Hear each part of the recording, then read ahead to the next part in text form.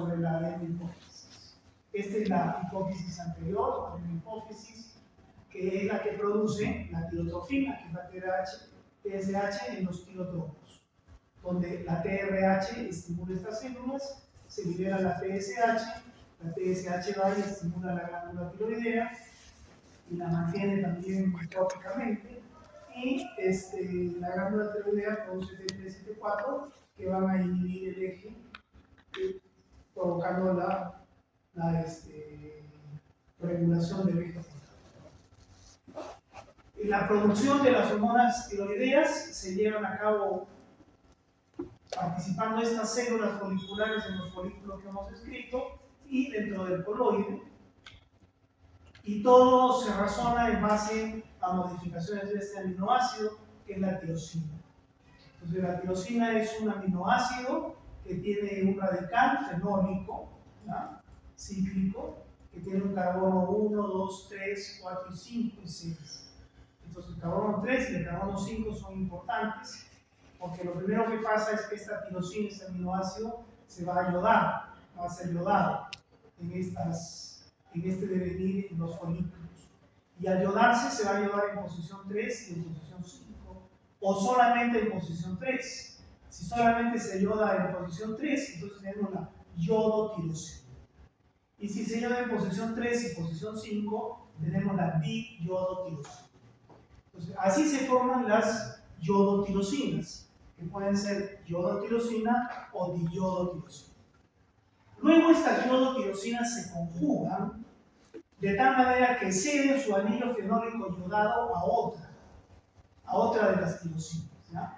Por ejemplo, acá tenemos, y eso cuando una tirosina yodada, que son estas tirosinas, nosotros son las yodotirosinas o diyodotirosinas, cuando estas yodotirosinas reciben otro fenólico yodado, ya se forman lo que se llaman las tironinas. ¿Ya? Se forman las tironinas, que son las hormonas tiroideas. ¿Ya? Entonces, por ejemplo, acá tenemos una monoyodotirosina, hasta acá. Monoyodotirosina en el 3, que recibe este anillo fenólico en el 3 y en el 5. Entonces va a tener yodo en el 3, en el 3', que ya viene a llamarse, y en el 5'. Esa es una triyodotironina, pero es una triyodotironina reversa y no tiene función hormonal. Pero acá tenemos la triyodotironina que sí tiene función hormonal, que es acoplarle a esta diyodotirosina, que tiene yodo en 3 y en 5, este anillo fenólico que solo tiene yodo en 3. Entonces terminamos con mayor yodo en 3, en 5 y en 3'. Eso es una triyodotironina o T3. Ya no es reversa, es la verdadera triyodotironina, y esa es una hormona tiroidea, es la T3 o triyodotironina. Pero si a esta diyodotirosina se le acopla otra diyodotirosina, vamos a tener esta situación. Vamos a tener yodo en 3, en 5, en 3' y en 5'. Y eso sería una tetrayodotironina, cuyo nombre normal es tiroxina. Y esa es la tiroxina, que es la hormona tiroidea. Entonces, esta tiroxina y la triyodotironina o T3, T4 y T3 salen a la circulación. Y en la circulación T4 se convierte en T3, porque T3 tiende a ser la hormona que va a producir la acción en los órganos del alma. Pero forma un pool de lo mismo que la hormona tiroidea circulante cuando ya salen a la circulación. Entonces, los precursores son las tirosinas, que se llaman yodo o diyodotirosinas, ¿no? Que han sido yodadas. Esos son los precursores. Y las hormonas tiroideas son las tironinas, que pueden ser triyodotironina, o que tienen 3, 5 y 3', o tetra, que tienen 3, 5, 3, 5', que es la T4 o tiroxina. Y la otra es la T3 o triyodotirona. Esas son las hormonas. Las tironinas son las hormonas. Y todo esto tiene una serie de pasos para su producción, que es donde actúan muchos de los fármacos que se medican, sobre todo en el hipertiroidismo.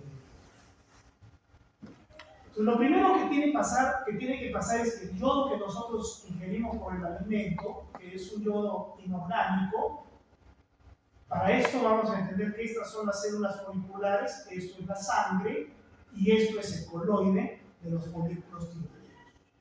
Lo primero que va a suceder es que una bomba de yodo, ¿ya? Una bomba de yoduro, va a meter estos yodos inorgánicos dentro de la célula folicular.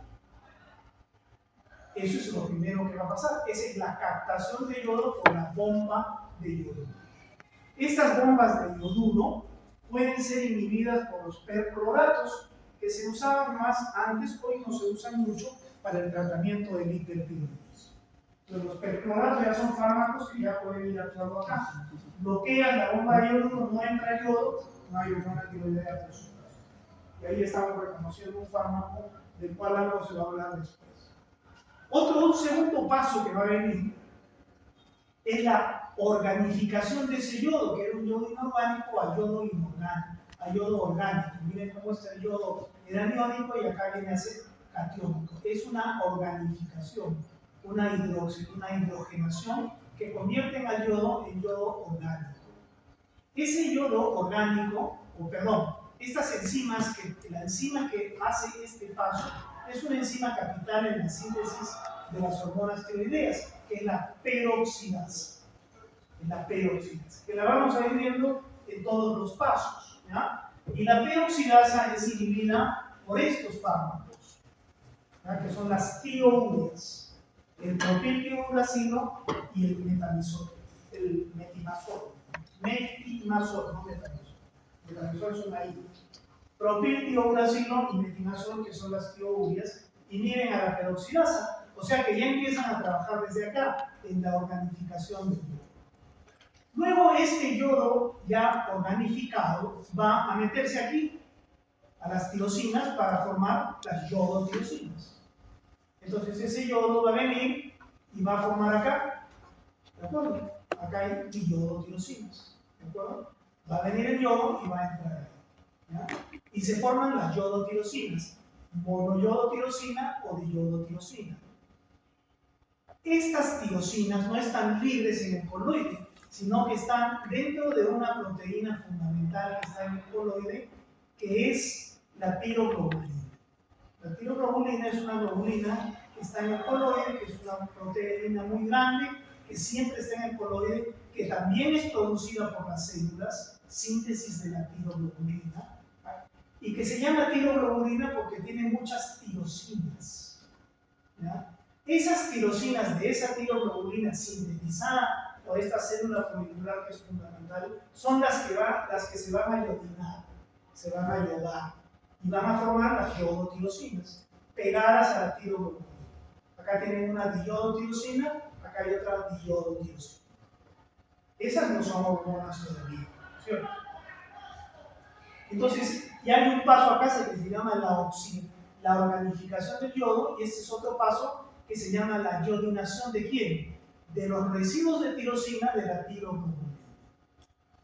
Esta iodinación también es estimulada por la peroxidasa, ¿ya? Luego, estas yodotirosinas se van a conjugar, como hemos visto acá. ¿Sí? La monoyodo o la yodo con las diyodos se van a conjugar para producir T3 o T4. Y eso es lo que va a producir, eso es lo que va a producirse, y al producir eso, ese paso se llama condensación. Y entonces ya dejamos de tener yodotirosinas y pasamos a tener tironinas, que pueden ser triyodotironinas o tetrayodotironinas, que es la tirosina. Eso se llama la condensación. La condensación también es estimulada por la peroxidasa. Fíjense cómo la peroxidasa produce la organificación, produce la iodinación y produce la condensación. Y esa peroxidasa es inhibida por estos fármacos, las tiourias, que son el propiltiouracilo y el metimazol. Entonces, cuando hay hipertiroidismo, estos son fármacos que se usan un poco más, por supuesto, más que el perclorato, que lo que hace es inhibir la captación de yodo. Fíjense cómo la peroxidasa no modifica la captación de yodo. Por tanto, las tirourias no interfieren en la captación de yodo, interfieren en la magnificación, en la ionización y en la condensación. Una vez que están condensadas las tironinas, o sea, las hormonas, en la tiroglobulina, la célula folicular se las come, las introduce, y en su citosol hace una proteólisis, ¿no es cierto? Libera todos estos aminoácidos, liberando las hormonas, ¿no? Acá tenemos una triiodotironina, que está en 3,5 y 3', que es la triiodotironina o T3, y acá hay 3,5 y 3,5', que es la tetraiodotironina o tiroxina, como debe realmente llamarse. Entonces, una vez que las engloba la tiroglobulina con las hormonas, libera las hormonas que han sido yodadas y las saca a la sangre. Y el resto del contenido proteico con tiroglobulina lo vuelve a reorganizar y lo vuelve a sacar por aquí en su mecanismo de síntesis. La TSH estimula todo esto, por supuesto, y ya hemos conocido dos enzimas, una es la bomba de yodo duro inhibida por perclorato, y las otras son las que participan en todo esto, en la oxidación, en la ionización, en la condensación, que es la peroxidasa, inhibida por las tiroides. Muy bien. Acá falta ejemplificar un fármaco que son los ioduros. Vamos a ver como fármaco a los ioduros, cuyo mecanismo de acción ¿cuál es? Inhibir la secreción o la expulsión de estos compuestos yodados que son las hormonas hacia la sangre. Por eso está acá yodo elevado. Cuando hay mucho yodo acá afuera, no se secreta hormona tiroidea. Es un mecanismo normal de feedback. Pero si tú le das yoduro al paciente, llenas de yoduro su sangre y bloqueas la secreción. Eso también se puede hacer cuando hay hipertiroidismo, pero funciona por un breve tiempo. Entonces se usa cuando hay un hipotiroidismo desbocado, que se llama la tirotoxicosis. La tirotoxicosis es muy grave porque puede ser mortal. Entonces en la tirotoxicosis puedes hacer uso de todo esto y también, por supuesto, de los yoduros para bloquear la liberación. Muy bien, acá está más o menos sintetizado todo de lo que vamos a hablar. Lo demás es seguir comentando algunas cosas. ¿Ya? T3 y T4, una vez que salen a la sangre, T4 se convierte en T3, ¿ya? Porque libera yodo.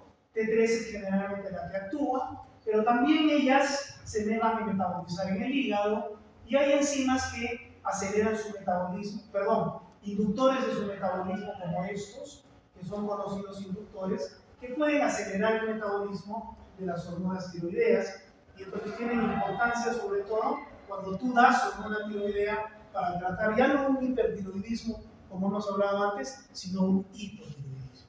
Porque el problema de la tiroides es que hay dos enfermedades concadenadas a ella, el hipertiroidismo y el hipotiroidismo. El hipertiroidismo, más o menos hemos dado una paseada acá, el hipotiroidismo significa simplemente ¿qué cosa? Dar hormona tiroidea al paciente, punto. Eso es todo, ¿ya? Y hay que considerar estos aspectos a veces, tener cuidado de no estar dando estos fármacos o si se da, realizar la terapia para que no se destruya la hormona tiroidea al paciente. Estas son las tirourias. Esto lo comentaremos. Esto es lo mismo, ¿no? La TRH del hipotálamo, la TSH de la hipófisis, cómo hace trofismo en la glándula y cómo activa todas esas enzimas que hemos realizado para que se sintetice T4 y se sintetice y se libere T4 y T3. T4 y T3 se van a interconvertir, T4 se va a convertir en T3 y este T3 que deriva de T4 y la que se libera también de la tiroides, la que va a actuar finalmente en los órganos, en el corazón, en el hígado, en el sistema nervioso central y en toda la economía. Y va a tener todos los efectos que vamos a describir después. T4 y T3 pueden ejercer también un feedback negativo, que es el que ya habíamos visto. Esto es lo mismo. Acá simplemente vean cómo las cifras elevadas de ioduros pueden inhibir la liberación de hormona tiroidea y ya hemos analizado su utilidad en la tirotoxicosis. Esto es lo mismo, simplemente es una microfotografía donde se ven las células foliculares, ¿no es cierto?, que han producido la tiroglobulina, luego han organificado el yodo, lo han iodinado a estas tirosinas que están en medio y las han condensado, ¿no? La palabra no es condensado, sí, condensado, y las han condensado produciendo T3 y produciendo T4, y luego se las comen y liberan las hormonas hacia la sangre.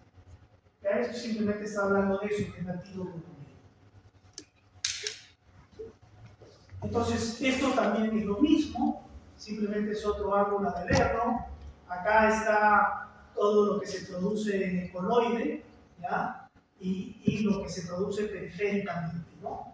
En el coloide y en la célula folicular se produce primero la captación del yodo, que es bloqueada por percloratos, luego la organificación, la ionización y el acoplamiento, que es inducido por la peroxidasa e inhibida por las tiroides, ¿no? Y hay un almacenamiento, por supuesto. Y luego va a venir la proteoglicólisis y la liberación, que es bloqueada por los ioduros. Y una vez que ya esté periféricamente en la sangre, se va a convertir T4 en T3, que es la interconversión periférica, y se van a metabolizar, por supuesto, ¿no? Entonces, esto es repetición de lo mismo, creo que no es necesario que lo vayamos repitiendo, que más o menos dice lo mismo de lo que hemos hablado. Aquí también, cómo se ingresa el yodo, la bomba de ioduros, de yodo, ya sabemos que es inhibida por los ioduros, se va a organificar el yodo por la peroxidasa, eso es inhibido por los tirosianatos, ¿no? Y, es decir, inhiben a esta enzima que es la peroxidasa.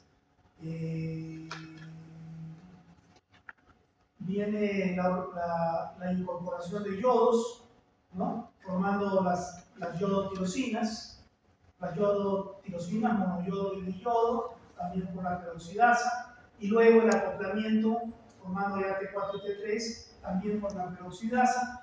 Como la peroxidasa participa en la organificación, en la incorporación del yodo y en la condensación, las tiogurias al inhibir la peroxidasa bloquean todo. Y luego viene la liberación y ya está. Eso lo hemos revisado.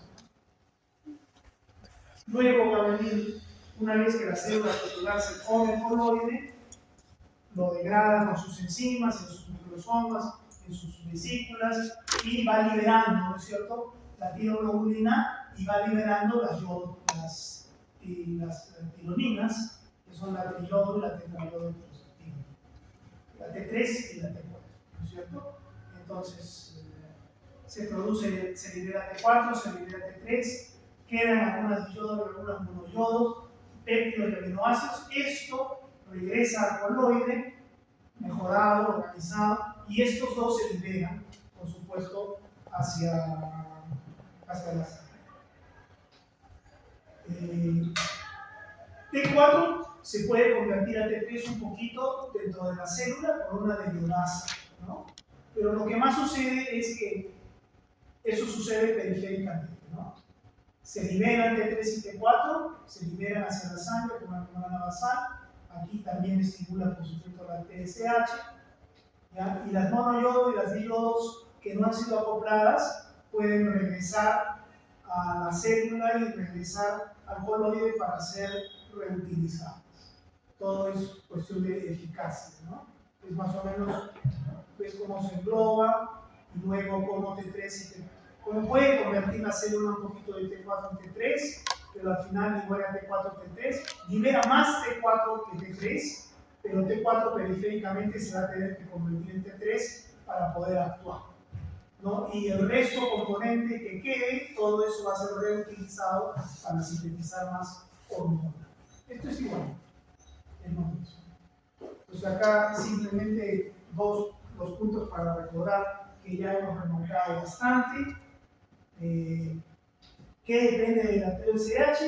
El ingreso de yodo a la glándula, la pinocitosis del coloide, el crecimiento, la vascularización de la glándula, y todo eso, el ingreso del yodo a la glándula, es bloqueado por los percloratos, ¿no? Por los percloratos, ¿no? O tiocianatos, que también les llaman, ¿no? Creo que ya no se usan mucho. ¿Qué depende de la peroxidasa? La oxidación del yoduro, la organificación del yoduro, la iodinación o iodación de las tirosinas para formar monoyodo y diyodotirosina, y el acoplamiento de las yodotirosinas para formar las tironinas, es decir, T3 y T4. Todo eso depende de la peroxidasa. ¿Quién inhibe la peroxidasa? Las tirourias, que son estos dos. Por tanto, estos son los fármacos que más se usan en el manejo del hipertensión. Y aquí falta mencionar a los yoduros, que ya hemos dicho, bloquean la liberación de la hormona tiroidea, hacen que la hormona tiroidea no pueda liberar. Entonces se usan en las tormentas, en las tirotoxicosis. Ya sabemos, percloratos inhiben a la bomba de yoduro, las tirourias inhiben a la peroxidasa y todo lo relacionado con eso, y el yodo inhibe a esa proteasa para liberar las hormonas, entonces bloquea la liberación de las hormonas, ¿ya? El yodo que tú puedas dar como yoduros con intención de controlar un hipertiroidismo. Luego, periféricamente hay una conversión de T4 a T3 en los tejidos periféricos. La producción es predominantemente de T4, pero T4 se va a tener que convertir en T3, ¿no es cierto? Entonces, la mayor parte de T3 no viene de secreción, sino de conversión de T4 a T3. Y ahí entra la desiodinasa tipo 1, porque esta es otra desiodinasa o desiodasa, ¿no? La que trabaja dentro de la tiroides. La periférica es la tipo 1, que convierte periféricamente T4 en T3. Para eso le quita el yodo del 5' y lo convierte en T3.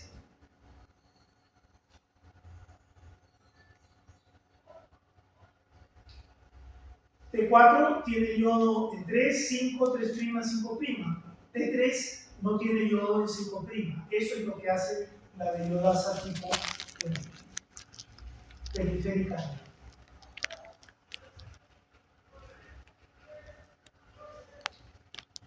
Muy bien, y entonces obtienes a T3. Luego, esta desiodasa puede seguir desiodando hormonas tiroideas, ya metabolizándolas, ¿ya? Y lo mismo puede suceder en el hígado, ¿ya? Ya sería parte del metabolismo de las hormonas, ¿no? Entonces acá tenemos T4, que tiene yodo en 5, 3, 5', 3', la desiodinasa tipo 1, convierte T4 en T3, cuando le quita el yodo de 5', pero si le quita un yodo aquí, entonces, o sea, uno yodo de estos, lo convierte en T3 reversa, que no sirve para nada.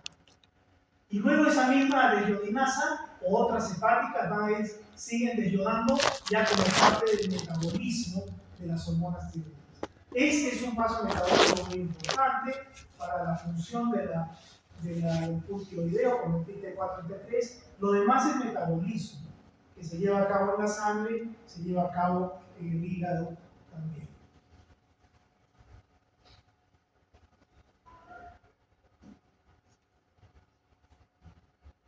Bien, como en la hipófisis también sucede, pero ahí hay una desiodinasa tipo 2 que convierte T4 en T3 y T3 es la que ejecuta el feedback negativo, ¿ya? Ese metabolismo libera yodo, que es parte del pool periférico del yodo sanguíneo que uno tiene, ¿ya? La desiodinasa tipo 1 puede ser inhibida por el propiltiuracilo, fíjense. O sea, la conversión de T3 a T4 con espíritu hormonal fisiológico es bloqueado por el propiltiuracilo. El propiltiuracilo es una tiouria. Hemos dicho que hay dos tiurias, propiltiuracilo y metimazol.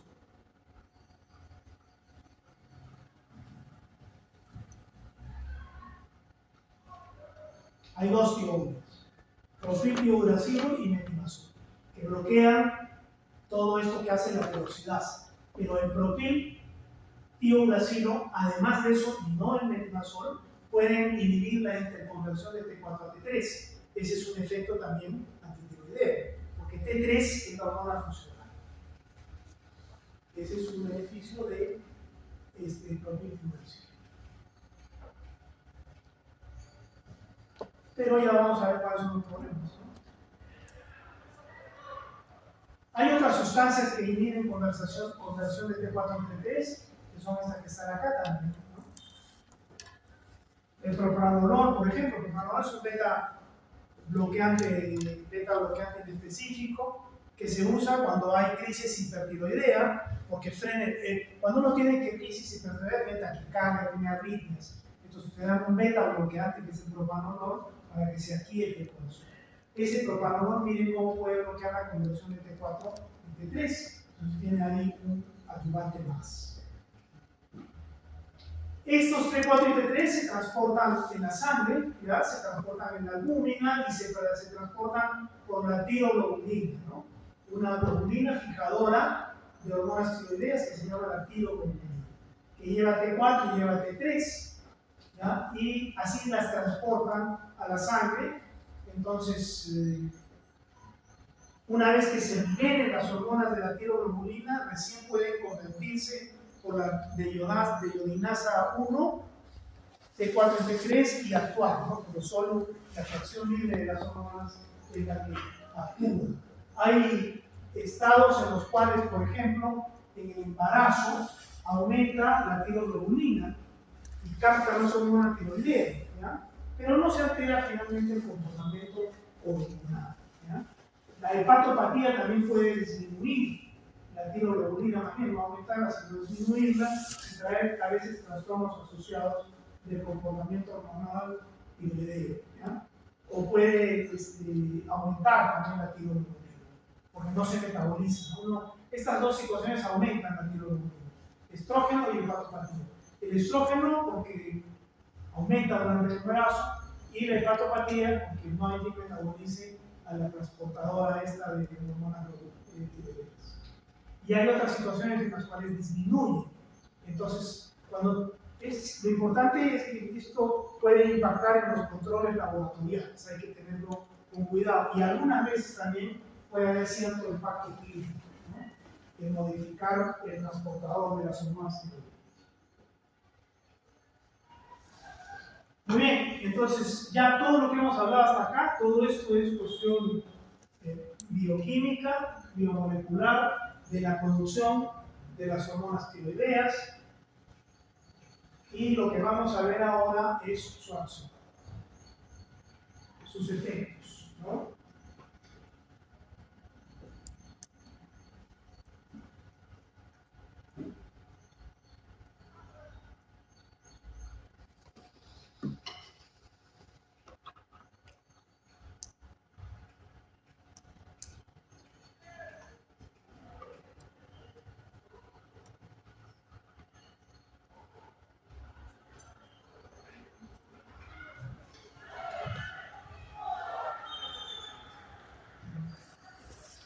Entonces las hormonas tiroideas van a alterar, primero, empezando en orden, son muy importantes para el desarrollo fetal, ¿no? Sobre todo en la organogénesis, en el periodo embrionario lo son, en la primera mitad del embarazo, en las primeras 12 semanas. Son importantes para el desarrollo de todos los órganos, en particular del sistema neurológico, de la maduración del esqueleto, ¿no? De tal manera que si un ser ha estado deprivado su madre de una buena hormona tiroidea o del yodo, su bebé puede nacer con cretinismo, es decir, con retardo mental y con enanismo.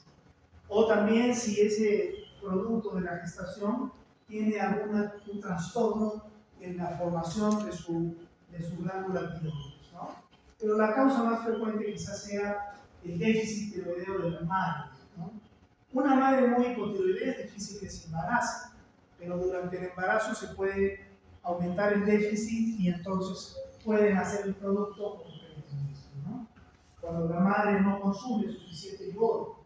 Por eso es que la sal se yoda en muchos lugares del mundo para garantizar que la población tenga un consumo de yodo y que se evite este tipo de cosas, ¿no? Se puede prevenir este cretinismo de desarrollo fetal en la madre si es que se previene con tratamiento de hormonas tiroideas y con ingreso de yodo adecuado para con la madre. Si el problema es de la glándula tiroidea ya del feto, probablemente van a ser con algunos problemas. No tan cretinismo como cuando es el déficit materno, pero sí va a tener algunos problemas, ¿no?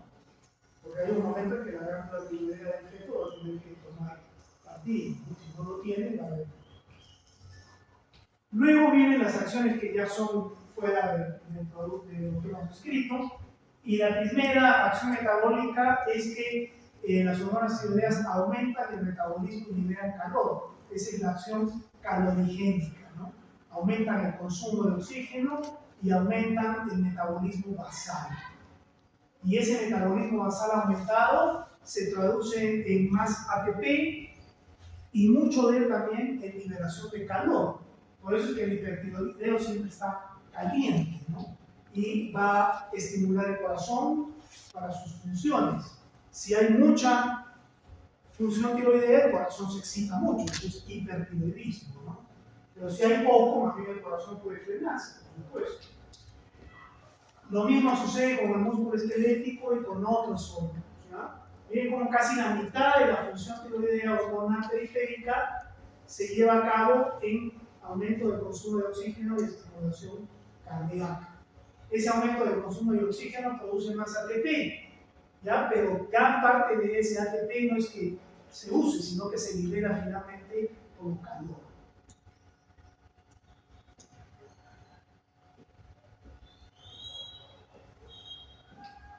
Entonces, esto es lo que estamos diciendo, más o menos. Entonces, cuando hay un hipertiroidismo, va a haber una aceleración de ese problema, ¿no? Y ya una perturbación.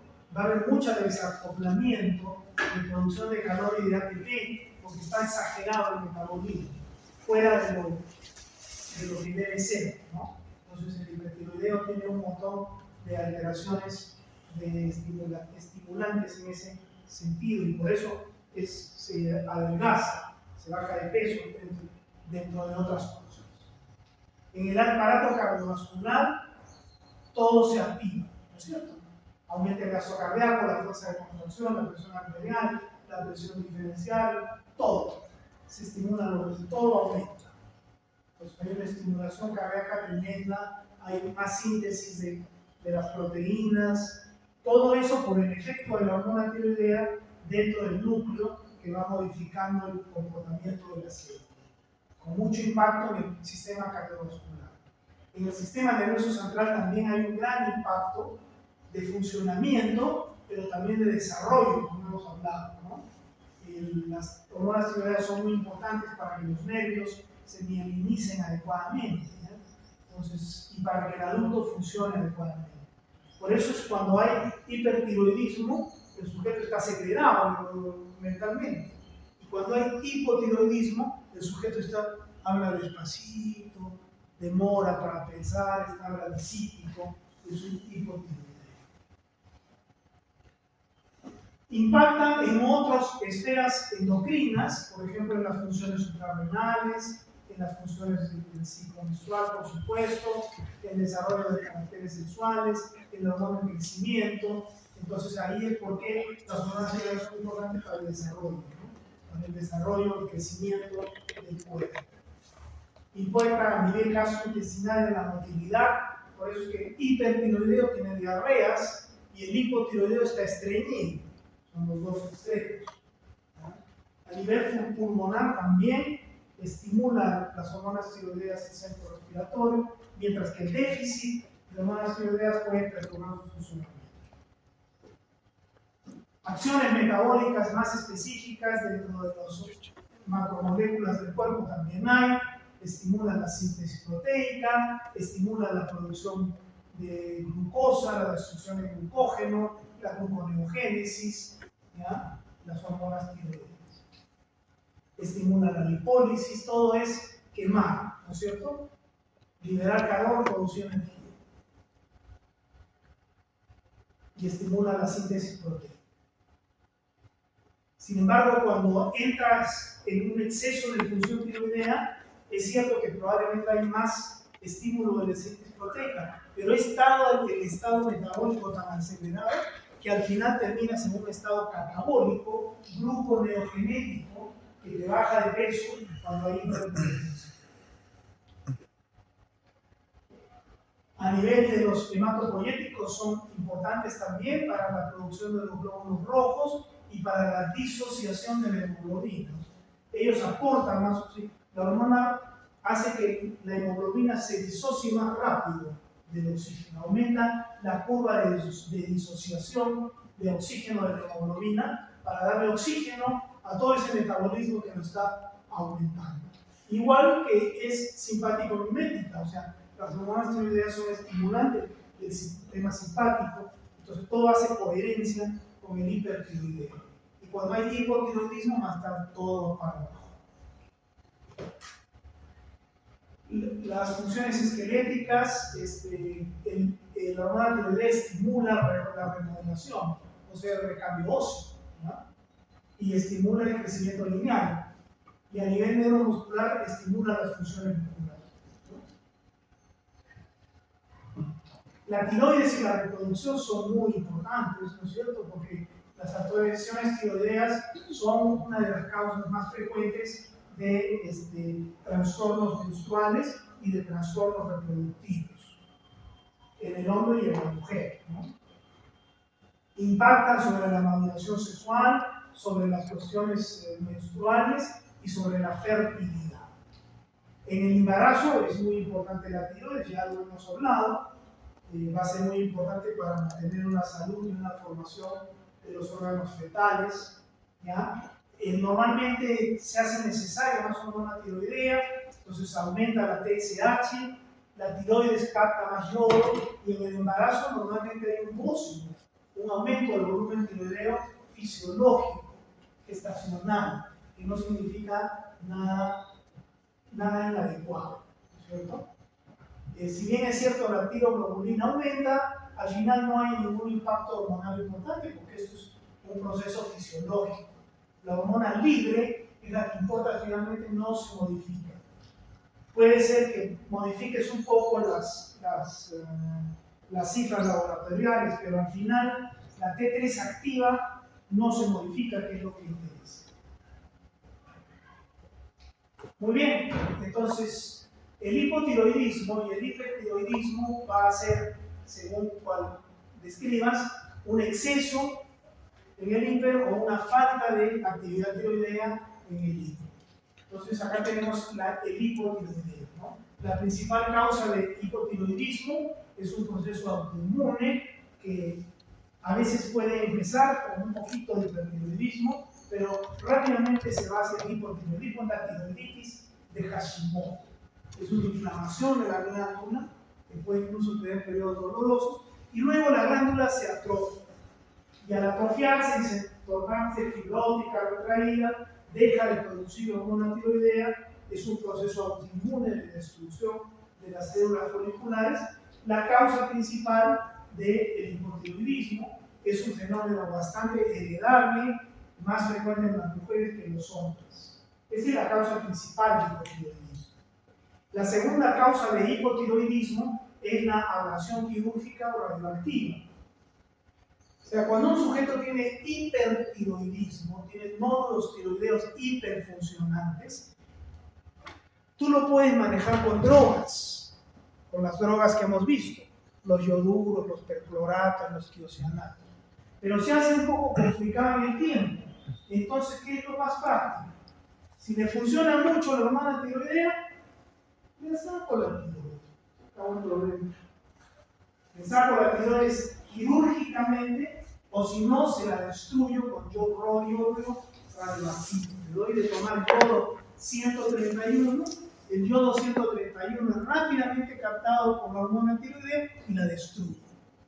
Hay radiación, por supuesto, tienes que aislar al paciente cuando haces eso, pero al final le destruyes la tiroides. ¿Le curas el hipertiroidismo? Sí, pero lo vuelves. ¿Qué lo vuelves? O sea, lo vuelves Hipo. Si le destruyen la tiroides, ¿qué lo vuelves? Hipotiroideo. Pero el hipotiroidismo es muy fácil de manejar. Le dan su tabletita de hormonas tiroideas a una vez al día, 100 microgramos, y acabó el problema. Entonces, ¿para qué te haces tanto lío de estar manejando hipotiroidismo que es tan jodido? Tú agarras al paciente y le haces una ablación quirúrgica o radioactiva de la tiroides. Se acabó el problema. Y tú ya sabes que se va a volver hipotiroideo. Sí, pues se va a volver. Simplemente te das hormona tiroidea y se acabó. Lo tienes perfecto. Si el problema que tiene el paciente es hipotiroidismo, entonces por eso la primera causa es esta tiroiditis, la segunda es la ablación de la glándula. Al final, las dos van a terminar con hormona tiroidea, que es muy fácil de manejar, porque simplemente es darle hormona tiroidea al paciente en la dosis que necesita y va a estar perfecto. ¿Ya? Ese es el. Y la otra, por supuesto, es la falta de ingesta de yodo, que se llama el bocio endémico. Es raro hoy en día, pero se puede dar. Hace muchos años se daba mucho y producía niños con cretinismo. Ya hoy en día no se da eso. Ya no nacen niños cretinos porque toda la sal que se consume en el mundo está yodada. Entonces eso se ha hecho para que no falte yodo a la glándula tiroidea. Y entonces la glándula tiroidea tenga yodo, así sea en exceso, pero ella lo va a regular para que no entre en déficit y no haya cretinismo entre algunos niñitos que nacen. Eso es el bocio simple endémico, donde se disminuye la producción de la hormona tiroidea porque no hay yodo. Como no hay yodo, la hormona tiroidea no puede producir, la tiroides no puede producir hormona tiroidea. Entonces, si no hay hormona tiroidea, no se bloquea a la TSH, ¿no es cierto? Si yo no produzco hormona tiroidea, no va a haber hormona tiroidea, no hay bloqueo acá. Entonces la TSH se produce y se produce. Estimula la tiroides y la tiroides crece. Pero como no tiene yodo, no produce hormonas, pero crece. Eso se llama bocio. Es el bocio endémico.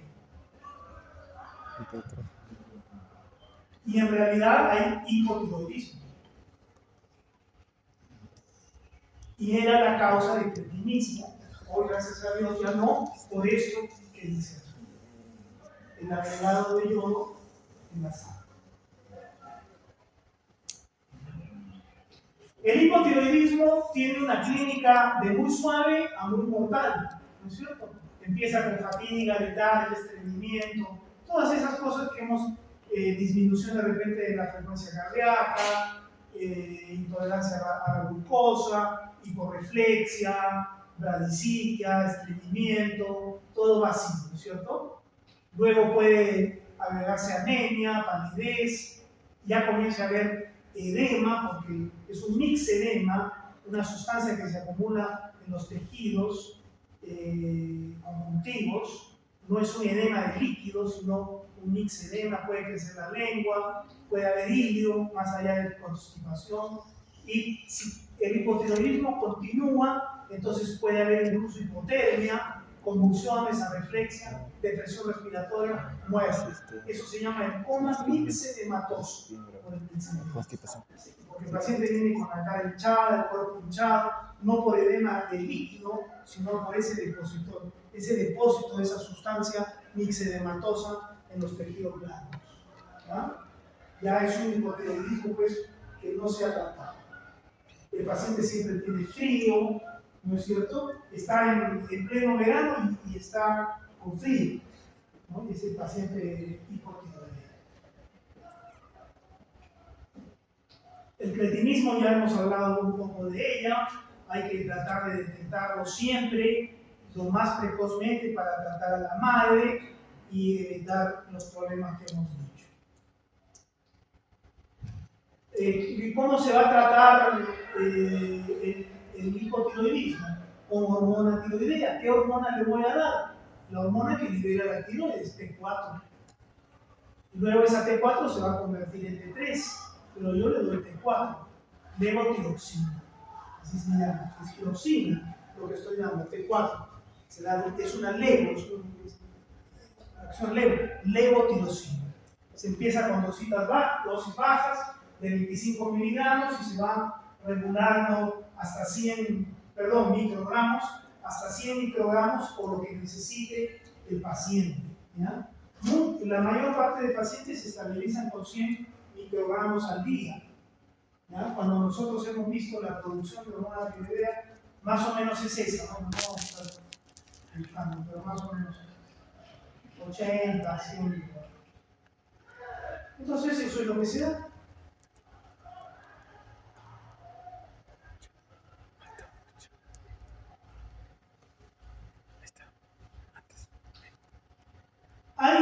Hay también el Diotirox, que es una mezcla de T3 y T4. Bueno, es una misma manera de llegar a lo mismo. ¿Ya? De llegar a lo mismo. Cuando hay un hipotiroideo congénito, o sea, el bebito nace y tiene un déficit tiroideo, y eso mides tú, ya tú lo supones por las ecografías, lo supones por el cuadro clínico del recién nacido, en la sangre del cordón se dosa la hormona del recién nacido. Y si hay hipotiroidismo, le tienes que dar tratamiento. ¿Ya? Porque una vez que salga de la mamá, ya no va a tener la hormona de la mamá, que le era insuficiente, pero algo hacía. Pero cuando salga ya no va a tener nada, y ahí sí se va a morir. Entonces hay que darle también hormona tiroidea al bebito cuando nace con hipotiroidismo congénito. La T4 también se puede dar por vía endovenosa. ¿Ya? Porque en el Perú no hay, pero en otros lugares sí hay. Porque tú puedes tener a un hipotiroideo sin tratamiento hormonal 10 días, y a los 10 días comienza a desarrollar hipotiroidismo.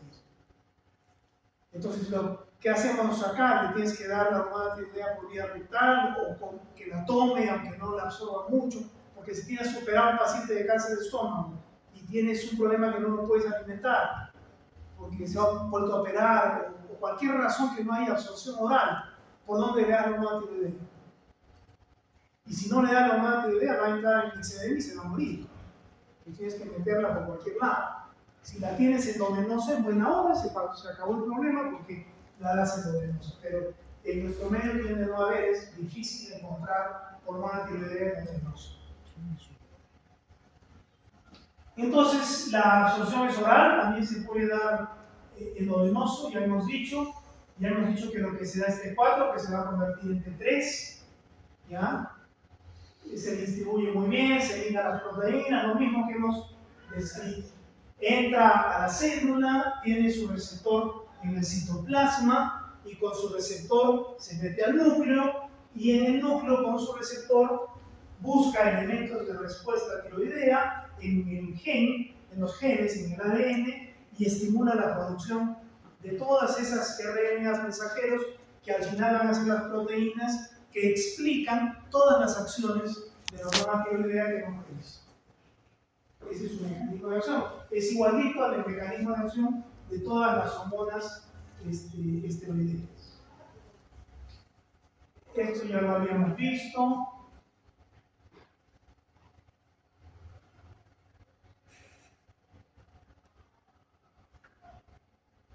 Esto es, T4 tiene una vida media de una semana. Entonces, si tú tienes un hipotiroideo sin darle 10 días, ya comienza a aparecer hipotiroidismo, ¿no?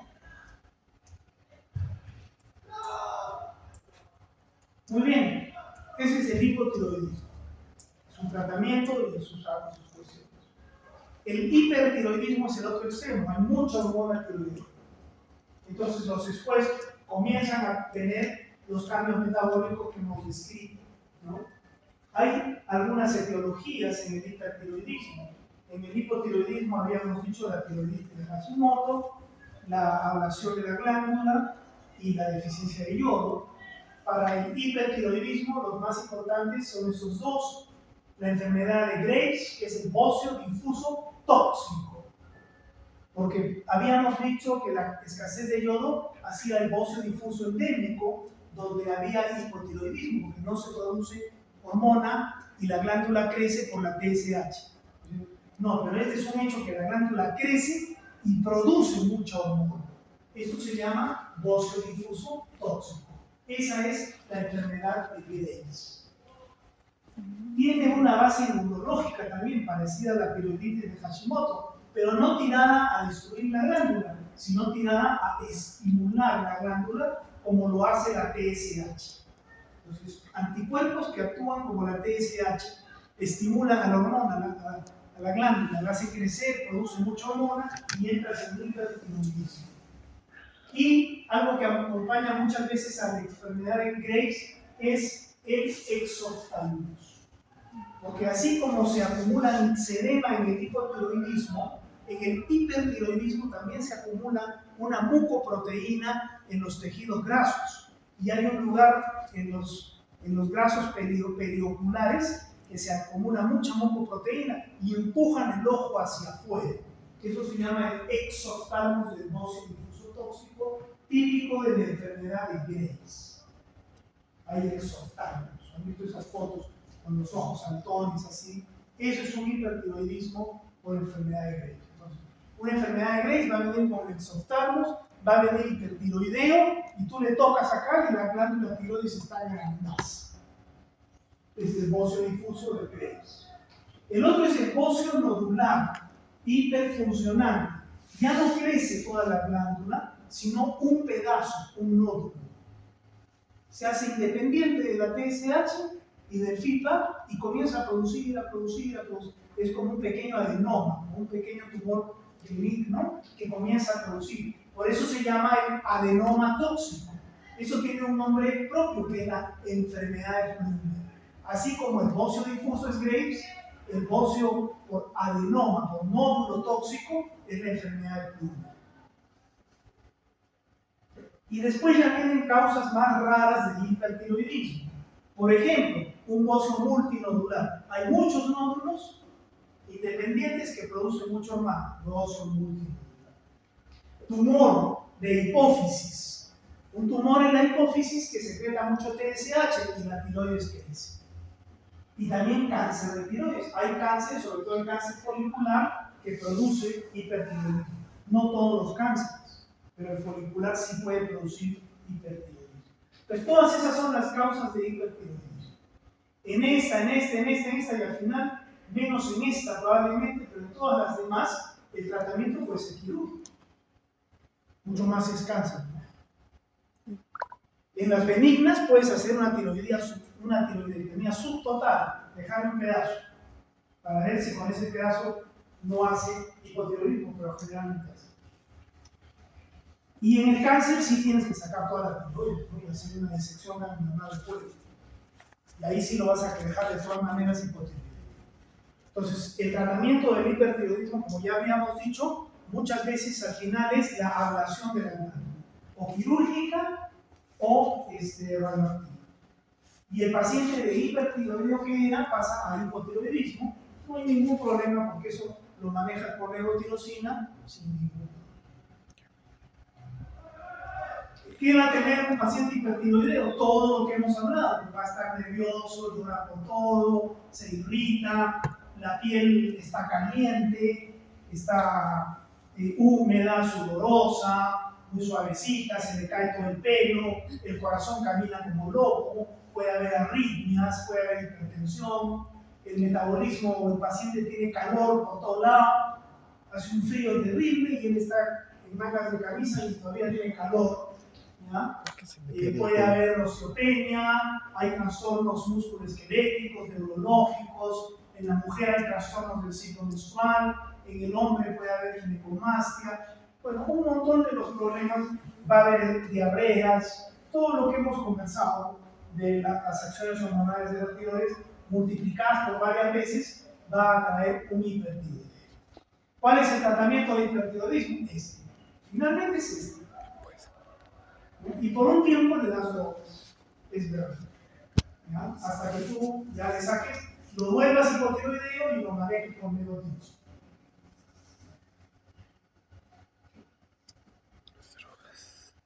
Entonces, ¿qué droga vas a dar? Ya sabemos cuáles, los que inhiben la bomba de iodio, los petrodatos, los que inhiben la peroxidasa, las tioureas, que también les llaman tioamidas, que son dos, propiltiuracilo y metimazol. ¿Ya?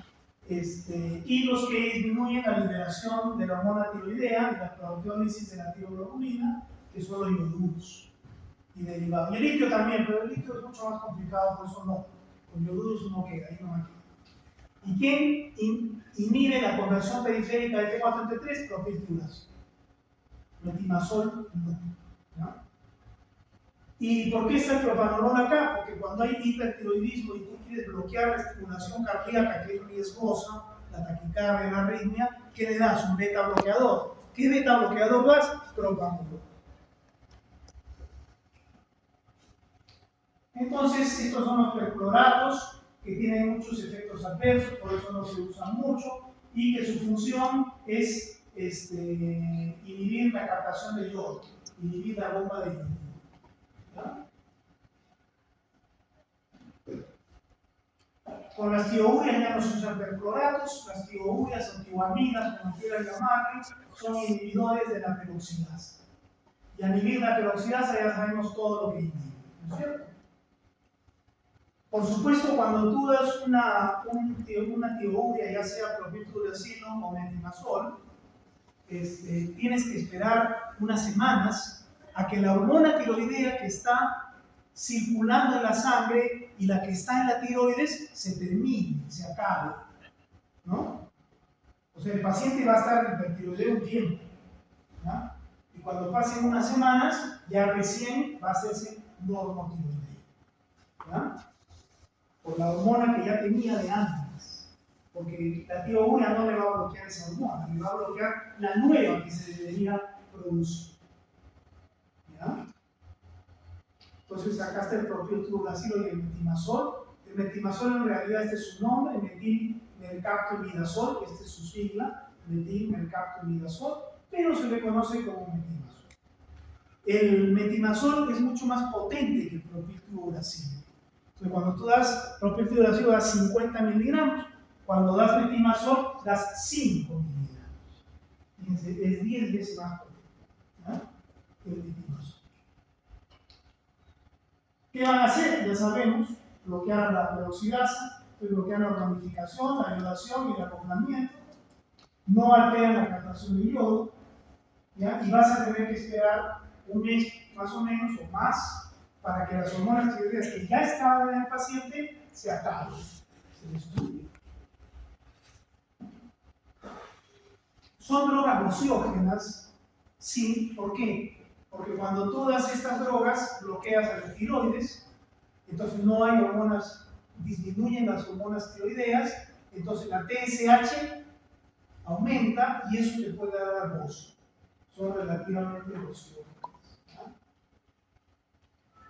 Entonces, para evitar ese bocio, se puede adicionar yoduro, porque el yoduro va a bloquear ahí y inhibir la captación de yodo y la estimulación de la TSH. Y entonces va a estabilizar también por allí. Ya serán yoduros coadyuvantes. Y ya sabemos que en la propiltiuracilo viene la conversión T4 en T3. Ahora este tratamiento se hace menos complejo, con todo lo que estamos diciendo. Entonces generalmente haces este tratamiento un tiempo y el mismo paciente acepta la cirugía o acepta la ablación radioactiva con yodo 131 de la tiroides para quedarse hipotiroideo y manejarse con levotiroxina. Pero mientras está sin operarse y está hipertiroideo, lo tienes que mantener con esto. El problema es que los yoduros tienen un escape. No se entiende bien, pero sucede. Funcionan unas semanas y de ahí dejan de funcionar. E incluso puede dispararse la hormona tiroidea. Tienen un escape de la TSH. Inicialmente frenan bien, pero después escapan y ya no funcionan.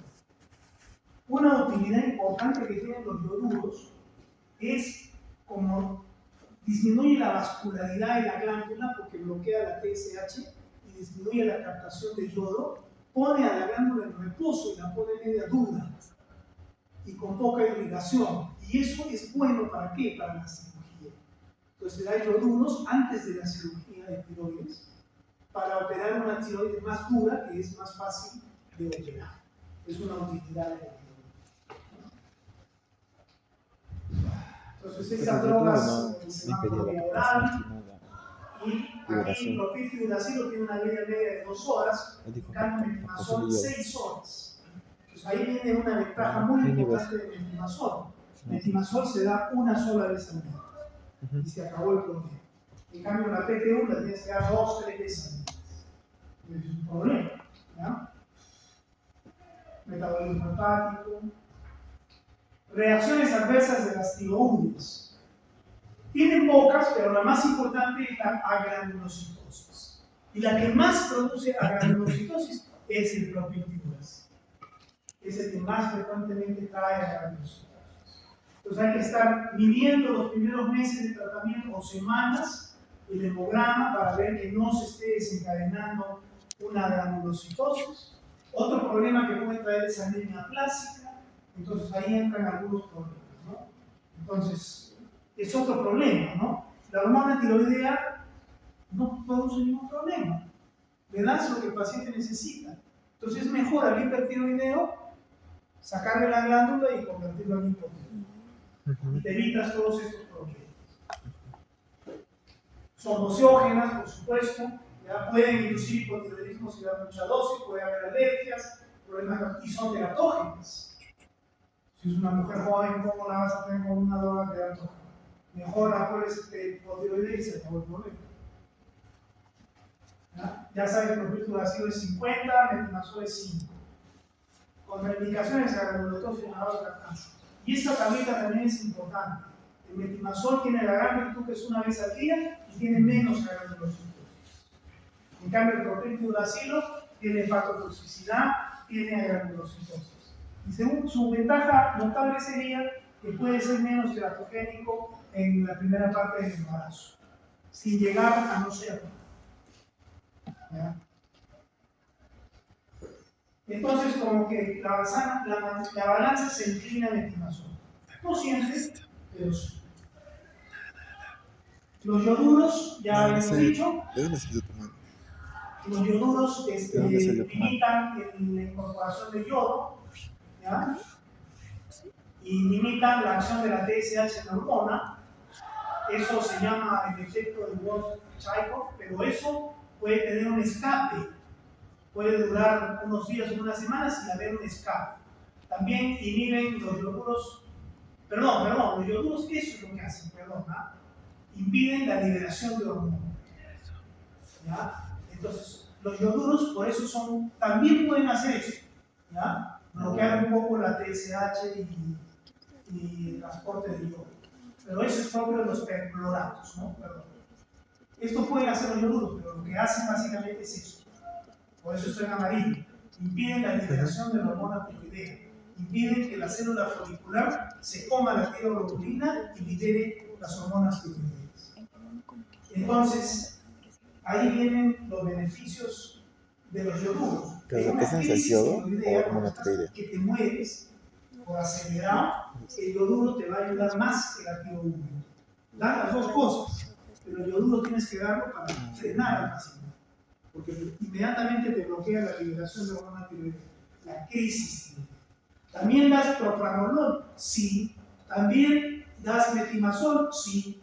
Pero das el yodo para frenar la cosa rápida. ¿Ya?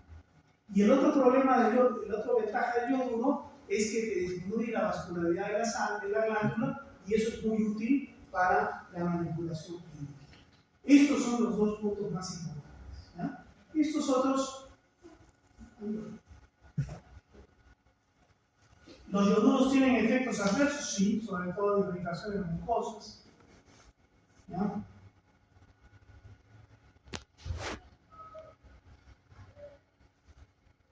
Y el fenómeno de escape, ¿no? O sea, te van a funcionar unas semanas y de ahí dejan de funcionar. Y el paciente se vuelve otra vez hipertiroideo. Pero el tiempo que funcionó sirvió para que el paciente se opere mejor y sirvió para contener la crisis tirotóxica. Pues ahí dio bastante beneficio. Los ioduros vienen básicamente como solución del iodo, que tiene 5% de yodo y 10% de yoduro de potasio, ¿ya? Que viene con otros componentes, ¿no? Y se da en solución, ¿ya? En gotas. Y también puede haber yoduro de potasio saturado, que es un poco diferente, pero más o menos es lo mismo. Lo que más se usa es el Lugol. Okay. Y este es el yodo radioactivo, el yodo 131, del que habíamos hablado, para producir una ablación de la glándula radioactiva, destruirla, y así destruida, el hipertiroideo se convierte en hipotiroideo, ¿no? En unas cuantas semanas en que tú lo has invadido con el yodo 131, mientras el paciente recibe el yodo 131, tiene que estar aislado por un tiempo, porque esto de todas maneras es radioactivo. Hay una enorme selectividad por la glándula, entonces no va a haber impactos de radiación en otro lugar más que en la glándula. A las dosis adecuadas, por supuesto. Y bueno, la crisis tiroidea de la que ya hemos hablado, es un hipertiroidismo excesivo. Entonces el tratamiento es lo que nos está hablando, beta-bloqueadores, ioduros y metimazoles. Muy bien.